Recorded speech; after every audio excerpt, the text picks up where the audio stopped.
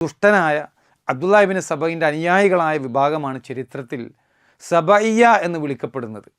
അഹ്ലുസുന്നത്ത് വൽ ജമാഅത്ത് അംഗീകരിക്കുന്ന പ്രാമാണിക ചരിത്ര ഗ്രന്ഥങ്ങളിലെല്ലാം ഷിഈസത്തിൻ്റെ സ്ഥാപകനായ ഈ അബ്ദുല്ലാഹ് ഇബ്നു സബയിനെയും അയാൾ ഉണ്ടാക്കിയ കുഴപ്പങ്ങളെക്കുറിച്ചുമൊക്കെ വളരെ കൃത്യമായി വിശദീകരിക്കുന്നുണ്ട്.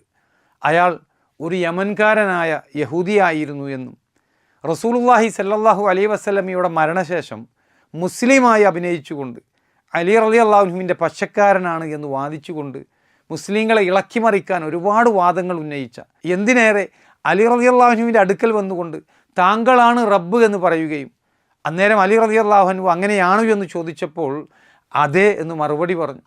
താങ്കൾ ഞങ്ങളുടെ അള്ളാഹു ആണ് എന്ന് അയാൾ കൂട്ടിച്ചേർത്തുകൊണ്ട് അലി റളിയല്ലാഹു അൻഹുവിനോട് പറഞ്ഞപ്പോൾ അലി റളിയല്ലാഹു അൻഹു ഇവരെ ചുട്ടുകരിച്ചു കൊല്ലാൻ അഗ്നികുണ്ടാരം ഒരുക്കാനാണ് അന്നേരം കൽപ്പിച്ചത് എന്ന്.